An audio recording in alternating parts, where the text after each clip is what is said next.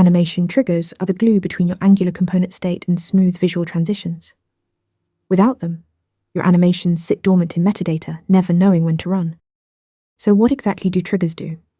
They activate animations based on state changes or events in your component. When a property value changes, when an element enters or leaves the DOM, or when a root transition occurs, triggers detect that change and fire the corresponding animation. Think of them as event listeners specifically for animation sequences. To use a trigger, you define it in your component template with the @trigger syntax. You bind the trigger name to an element using square brackets and assign it to a state property or expression. For example, @triggerBound to a variable like isOpen. You can bind triggers to structural directives like *if, root changes, or any component property. The trigger watches that binding and responds when its value changes. Triggers connect to named animation definitions you declare in your component decorators animations array. You use the trigger function from Angular Animations, give it a name, and define state transitions with states and transition functions.